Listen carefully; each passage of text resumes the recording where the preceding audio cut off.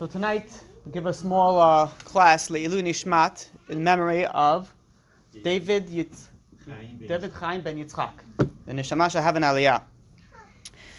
So, I'm assuming everyone here is family? Oh. Okay. So it's an interesting story on how I even got here. I wasn't supposed to be here, even though the Eitan, asked me, was it last night or this morning? Last night. And I'll explain to you why at the end I am here right now. So, when you're coming together in memory of a loved one that passed away, we have to understand why we're doing it. What is the purpose of all this? It's not just a nice family gathering.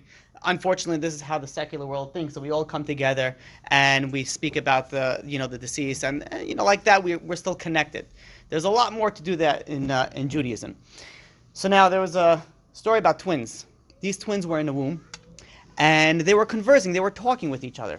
And this one twin went over to another twin and said, they say that after we're in this world, there's life after this world. And the other twin is like, what are you kidding me? This is all we have. We have me and you in a little place. This is the entire world. There's nothing else after that. And be like, no, the other twin says, no, I heard there's more to it. There's more to life after this. Because what does the fetus know? They only know what they see. What do we know? We also only know what we see. And as the months go by, they get more and more squished. They get bigger. And then one of the fetuses goes and tells the other twin, says, there is, they say there's such a thing called mother. And he's like, mother? He's like, that's a myth. Mothers don't exist. He says, all we have is where we are right now in the womb. After this, we're done. And the other one was like, no, I heard there's a thing like mother, and they love you, and they care about you, and they always watch over you, and they feed you, and they do everything for you. So one twin left. The other twin was very serious about it. 9 months go by. And suddenly, things get a little tight. And suddenly the one of the twins starts screaming, and they're sort of getting sucked into this tunnel. And the other twin is screaming, is like, please, my brother, where are you going? And they couldn't talk. He was in so much pain. He was going through such a rough period of time in his little life. And then suddenly, he disappeared. And he's thinking, he's like, oh my God, my brother just died. That's it. Life is over as we know it. He's like, that's it. I'm not going to have... And he starts mourning his brother. And then before you know it, he starts getting sucked into this tunnel. And then he gets also into the light, and then he goes out into where the world really is. In life, we tend to unfortunately think that this world is the main world. We're like the fetuses inside that womb. And we're telling everybody, this is all that there is. There's nothing else after this world. This is all that we have. And then you have a rabbi that comes in and be like, by the way, there's a thing called God. And the rabbi's like, The people are like, it's a myth. I'll be like, no. There's a God that loves you and cares about it. We only focus on what we have right now, just like the twins. And then unfortunately comes a time when a person goes into the next world. And we start crying. We miss them. We want them back. We lost them forever. But really, what really happened to the twins? The twins were just born. They just came birth into this world, and they just began their life. When someone passes away, he just begins their life, or she just begins their life. The real essence of living is not in this world. The real essence is in the next world. When we come, it's interesting. I get to speak to a lot of people, and people tell me, when someone passes away, he's in a better place. And I ask them, how do you know? There's two places people can go. How do you know he's in the better place or not? And they go and they say, no, this person was a good person and he did right and he did what he's supposed to and he's in a better place. One time, I get a phone call. It's a Thursday night. It was late at night. I get a phone call, maybe midnight. Someone's father just passed away. And the person that called me was a family member of the person whose father just passed away. He hands me over the phone. He says, the son has some questions for you. So I said, fine, not a problem. And he goes and he asks me some questions about Kaddish, about certain things. And I answer him all the questions. And then I go and I tell him, because he wanted to say Kaddish, obviously, for the merit of the soul that passed away. Then I go to him and I say, you keep Shabbat? So he goes, no. So you keep kosher? He says, no. And I'm like, what do you think? How much do you think the Kaddish is going to help? If you go, What is Kaddish? Kaddish is Kadal Kadash Merabah. We go and we're saying, let God's name be great. But how could somebody who doesn't listen to God all of a sudden go and give merit, and the merit is that someone's going to go and say, Kadal Kadash Merabah, all of a sudden I'm praising God? Like, you don't listen to God. What do you mean you're praising God? So I said, whatever you do with Kaddish, fine. Whatever it is, something could help, whatever. Says, but why don't you do something for your father? It's Thursday night. Tomorrow is Shabbat. You just told me you don't keep Shabbat. Why don't you keep Shabbat for your father? So he's like, no, I can't. I'm like, what do you mean you can't? He's like, it's very difficult. I just can't. You can't deal with it. And I don't know how many people know me here. I don't think anybody except maybe Eitan, the father, maybe a few random people over here. But I speak very blunt. And either you could take it or you can't take it. So I go over to this guy and I tell him, do you love your father? This is, by the way, right after he passed. And he's like, of course I love my father. It's like, what type of question is that? So I tell him, I'm like, you have an opportunity now to do something for your father. Like, by you keeping Shabbat now, this can go in merit of your father and it will help your father. Now I'm going to ask you again, are you able to keep Shabbat for your father? And this is like, how do you say that? Someone's father just passed away. How do you go and say, no, I'm not going to be able to do something for my father after he passed away? So long story short, we went back and forth. The guy kept Shabbat that week. What happened afterwards? I don't know. This is very interesting that what happened. In the beginning, he said, no, I can't. I can't do something. In life, very often, we say we can't do something. I can't be a better mother. I can't be a better father. I can't be a better spouse. This is where I am. I can't be a better businessman. I can't be a better Jew. And we sell ourselves short. Then all of a sudden, we look at things in a little bit of a different light, maybe through a different lenses. And all of a sudden, we're like, you know what, I could do that. And that's really what I want to come with you to speak to you tonight about. What we can do, not only for you, but for the deceased. That we're all coming in here in memory, to raise his neshama to go higher and higher. There was a story that I heard today by Rabbi Daniel Gladstein. And this is a story that goes back quite some time. And it was a butcher. And this butcher was, anybody here who knows butchers on Thursdays, it's packed.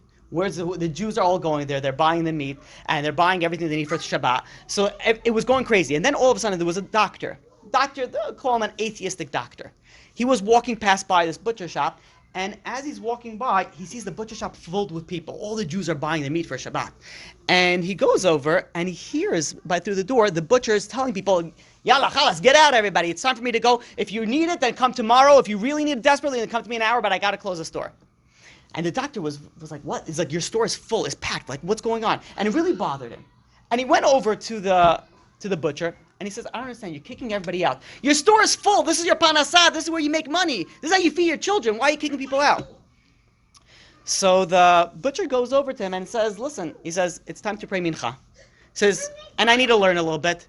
He says, I got to kick people out. I know everything is from God. He says, I also know that some people will not come back to my store. They'll go to the other butcher store, and they'll buy something else. And I know I'll lose business from it. But what could I do? I got to worry about the next world. Olam haba. What am I going to do when I come to God, Olam haba? I need a little bit of learning Torah. I need something. So the doctor starts laughing at him. He says, Olam haba? You think there's a next world? There's no such thing as the next world. In fact, he says, if you care so much about your Olam haba, I'll make you a deal. I will sell you my Olam haba for 1 ruble. Small amount, $1, $1. We'll write a contract. You take my Olam haba. You'll buy it off me for $1. The butcher's like, this is a deal of a lifetime. Are you kidding me? It's just won the lottery. He's like, of course, let's do it. He takes out a ruble, gives it to him. They sign the contract. Done. The sale is complete. 40 years go by. And one day, there is a well-dressed woman that comes to visit the butcher. Butcher's retired already. The woman comes in and says, you had an encounter with my husband, the doctor. And he's like, an encounter with your husband? It's like, this is 40 years ago. He's like, what are you talking about? So she says, 40 years ago, my husband, the doctor, walked past by your store, and, he kind of sold you his share in the world to come. And he's like, oh yeah, of course I remember that doctor. And she's like, I came over here to ask you a request. Because my husband came to me last night in a dream. And not only last night, he's been coming to me every single night for the past weeks, non-stop. He's coming over to me in a dream. And he says, you got to help me out over here. He says, I came up to heaven and I was judged. And it didn't look good. Didn't believe in God. Didn't keep any of the mitzvot. And they sentenced me to a very, very bad sentence in the next world. And then I said, but I'm a doctor. I help people. I save people. And I didn't even take money from certain people that didn't have enough money to pay. He says, that should be worth something. And the court, the judgment, the bet din up there said, you're right. He says, but you shot yourself in the leg. He says, you sold it to somebody else. It doesn't belong to you. And then he goes to his wife in the dream and says, I'm begging you, please. And he's screaming. She's having nightmares. He says, help me. He says, imagine somebody who passed away, a loved one, comes into your dream and screams at you, help me. What won't you do? First night, you'll say it's just a dream. Second night, you'll say it was the wine. Third night, you'll say it's probably something crazy. Let's check the mezuzot. By the fourth, fifth, and sixth night, you'll be like, okay, let's make some phone calls to some rabbis. What's going on over here? By the second week already of nonstop, you'll be like, we've got to do something about this.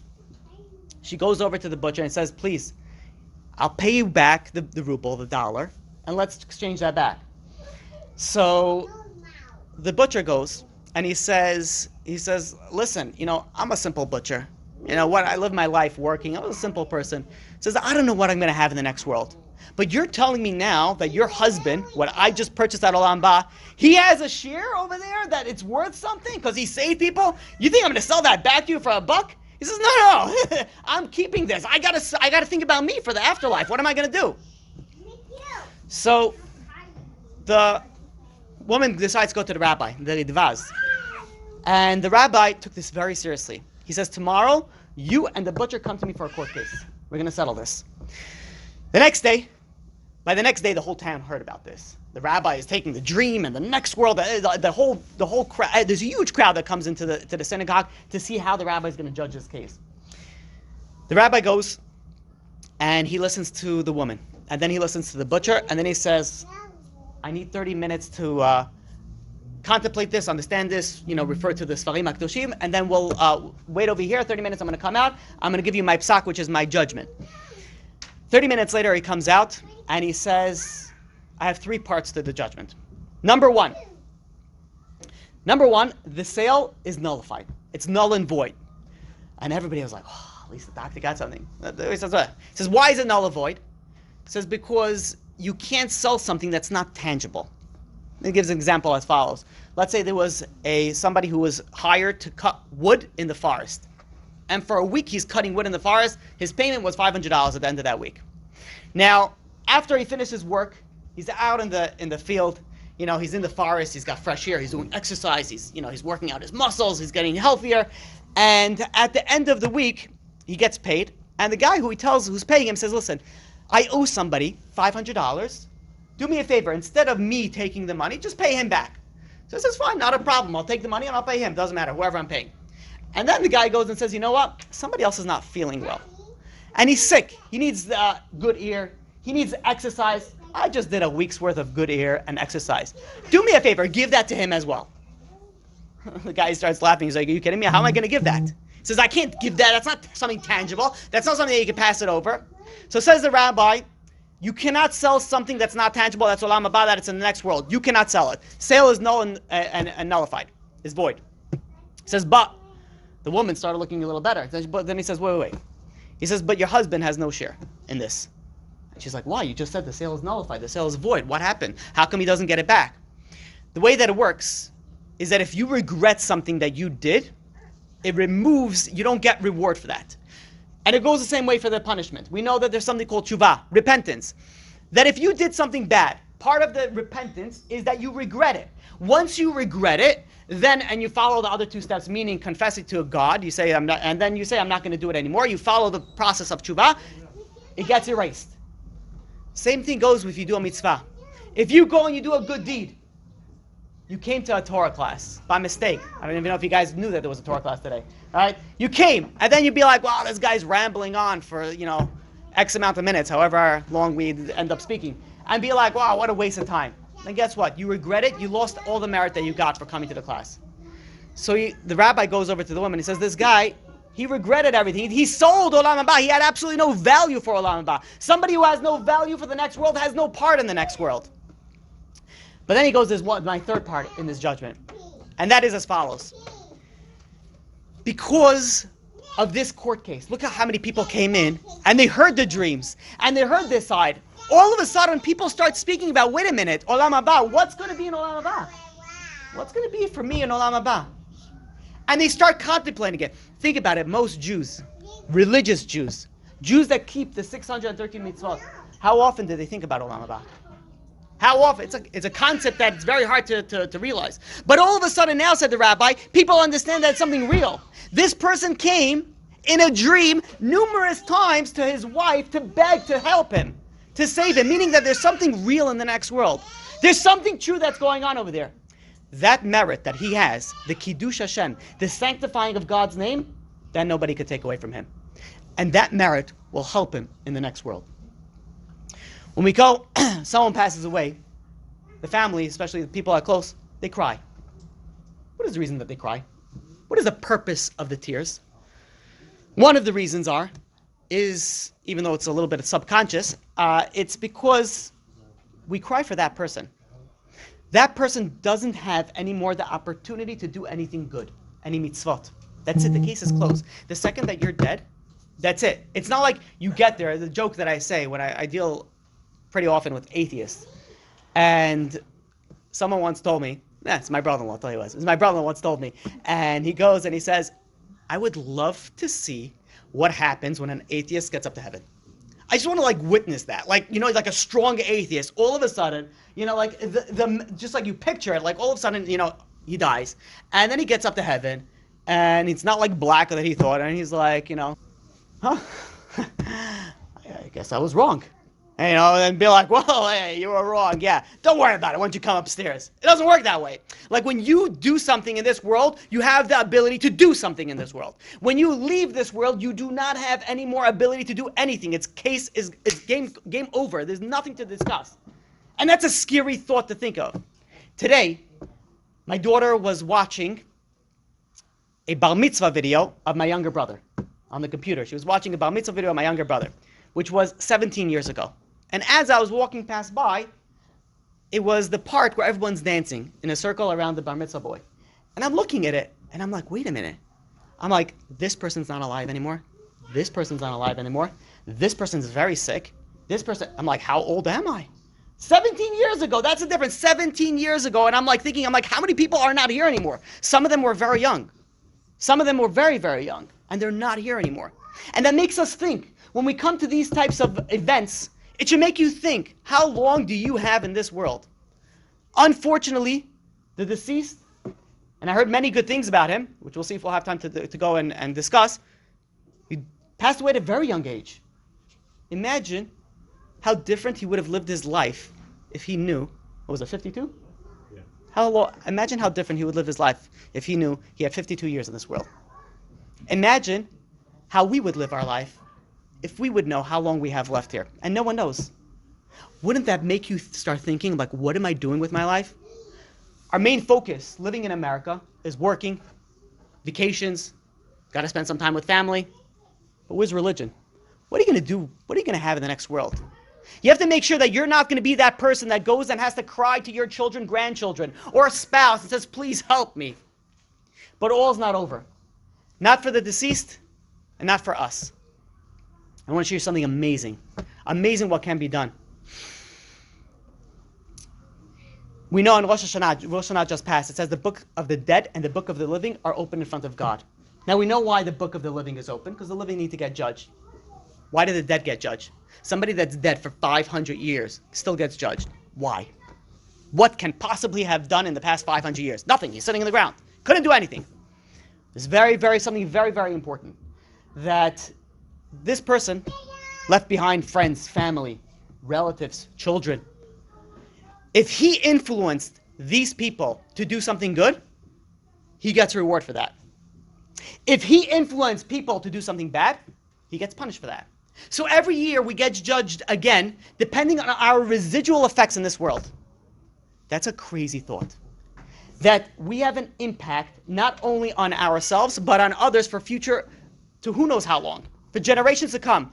And you think about it, somebody that lives their life as a secular Jew, their children are most likely going to be secular.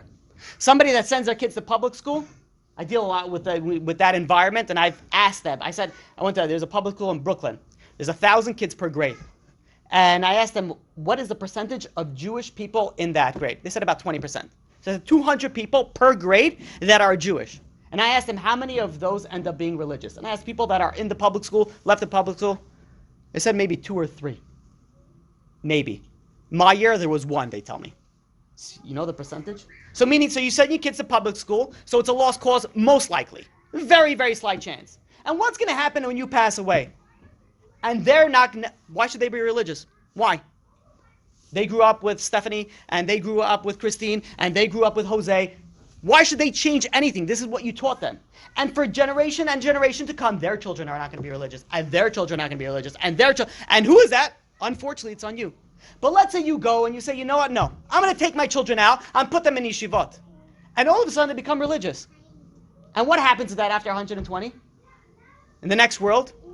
Every year, every mitzvah, every good thing that they do, and everything that good that comes out of it goes into your account. Now there's something also extremely, extremely important.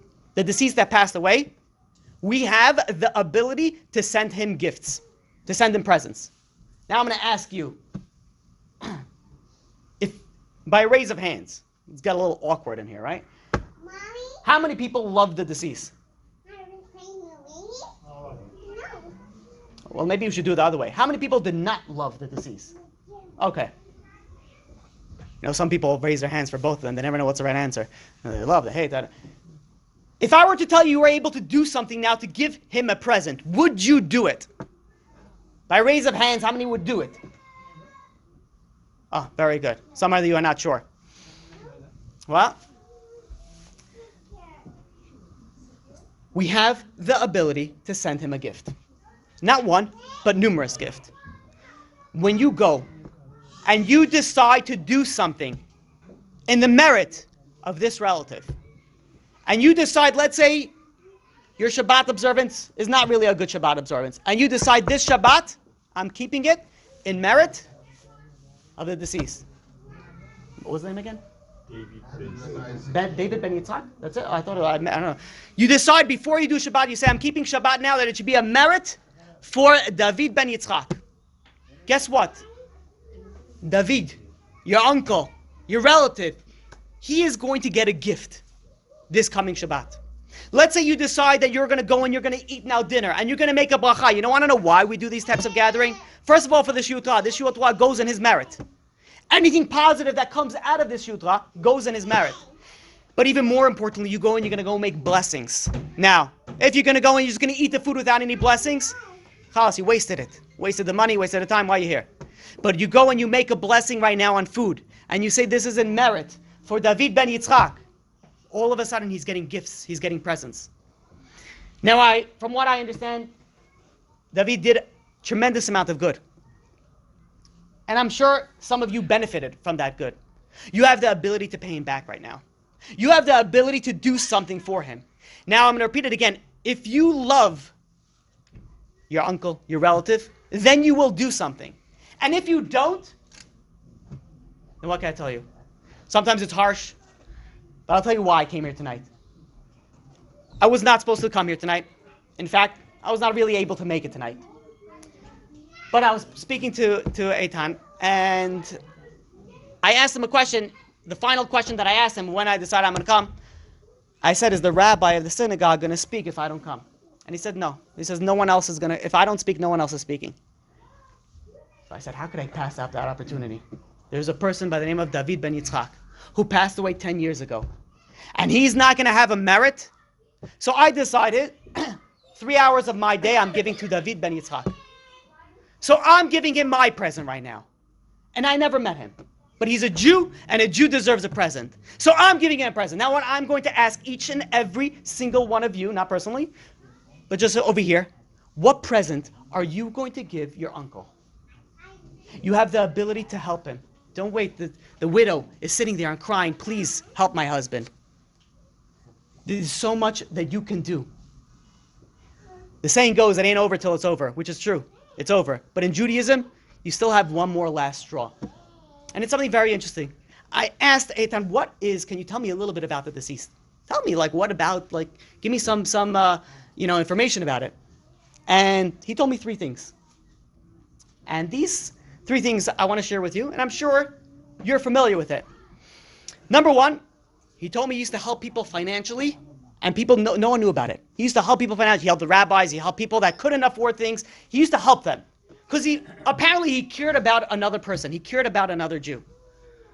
Now, if he had the ability to care about another Jew, then all the more so we have not the ability, we have the requirement to care about him.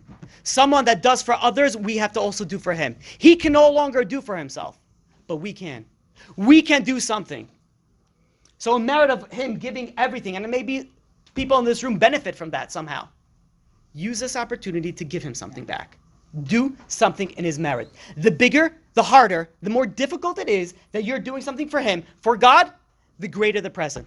So if Shabbat is so difficult for you, then do it. If modesty is so difficult for you, then do it. If you can't learn Torah, or if you haven't learned Torah, this is the first time you're learning Torah in this entire, month, then start learning Torah. Start coming to classes. Are they invited to the classes on Wednesday? The young people. Don't worry about it. Everyone's invited to come. There's classes that are going to be starting at some time soon, every Wednesday night. Come, learn Torah. Understand why you're here on this world for. Realize what you have the ability to do. The next thing that Eitan told me about David is that he was very modest. Lived a modest life. Even when he gave to people, didn't go and seek the recognition for it. That's something very, very important in Judaism. Modesty is not only in dress, it's also in the way that we behave, the way that we do. Another thing that you could do in merit is you could give charity in merit of David ben Yitzhak. But don't tell anybody. Keep it to yourself just like he kept it to himself. And the last thing that he told me was that David was very optimistic, always with a smile on his face, always happy. Even at the end, when he had the sickness, he was still with smiles and still with happiness. I can't begin to tell you how important happiness is in our lives. Not only is it important in our lives, it's important in our relationships. Not only in our relationships, also are important between our relationship between us and God. The happier that you are, the more successful that you will be. Something that I said recently, imagine someone goes driving a car and he was just notified that he just won the lottery. Closed $1 million deal, whatever it is, pick your fancy. Just made a ton of money. Now he's driving and he just made a killing and someone cuts him off. Is he going to care? He's in the clouds. He's loving it. He's like, life is great. He's sitting in traffic. He couldn't care less. He just made $150 million. He is good. He doesn't care about anything. His wife calls him up screaming, I can't believe what you did. And he says, oh, I'm so sorry. So polite. He's apologizing. That's one scenario. Imagine another scenario. A guy lost his job that day. Everything that bad could happen happened to him that day. He's driving. Someone cut him off. If he would have a pistol on him, he would murder that person. If that person cut him off, he would honk him and chase after him and do everything that he can. Now, what changed between scenario 1 and scenario 2? The same actions happen. You know what changed? The happiness. The guy's happy. You're happy. You live a different life. You're a happy person. Your relationships are different. You're a better husband. You're a better wife. You're a better mother. You're a better son. You're a better daughter. And you're even better in business. When you're happy, you have the ability to do so much. So it is incumbent, it's a requirement, in fact, that every Jew is required to be happiness, to have the happiness. It's a mitzvah liot b'simcha. You have to be happy. Now, in this day and age, is the most difficult time to be happy. Maybe it's just me, the people that I speak to. One person happens, another person, depressed, anxious. Depressed, and then suicidal, lo aleinu. You have so many people that are suffering from this. So maybe one thing that you could work on for yourself, and also in merit of David, is why don't you smile more to people? Next time you see somebody, your neighbor, I know we're from New York, we try to avoid eye contact, we don't like to look at people, we don't like to smile at people, we try not to talk to people, but maybe smile more in merit of David ben Yitzhak. Now, finish off with this thought that it's really, really unfortunate that we don't think of what's going to be for ourselves after 120. And what's even more unfortunate is I just spent the past half hour coming here and telling you on how important it is. Tomorrow, very likely, 50% of you won't even remember what I said. Within a week, probably another 30% won't do anything about it. There's going to be one or two people, or maybe more, and I hope every single one of us, that is going to be like, you know what? They hear something, and they capitalize on the moment. From what I hear, David was a very big businessman, very successful businessman. A good businessman knows how to capitalize an opportunity. When an opportunity presents himself, if somebody calls and says, hey, by the way, there's a great deal coming to the table, he doesn't wait for it to come to the table. He snatches it before it gets to the table because he knows how to capitalize, or she knows how to capitalize an opportunity. Each and every single one of you has an opportunity tonight that you didn't have before. We shared some words of Torah, but even more importantly, we shared ideas that you should, could, and hopefully will change your life from tonight. The question is, will you capitalize on this like any good businessman? Or will you say, very nice, have a good night, let's eat some food in memory of David ben Yitzhak, and let's go to sleep? My question is to you is, what type of person are you? Are you somebody who capitalizes on the moment? Or are you somebody who doesn't capitalize on the moment? Be like David ben Yitzhak. Be a good businessman. Not in this world, but for the next world. Be spiritually an amazing billionaire. Capitalize on the moments. Realize why you're here on this earth. If you don't keep Shabbat, start keeping Shabbat. If you don't keep kosher, start doing that. If you don't learn Torah, start learning Torah. Do something. Change yourself in merit of David ben Yitzhak. May this shiur and everything that comes out of this shiur raise the neshama of David ben Yitzhak. You should have an aliyah of neshama. And may we all know only good things. May we all be healthy only until 120. Have success both in this world and the next world. Chazak Baruch.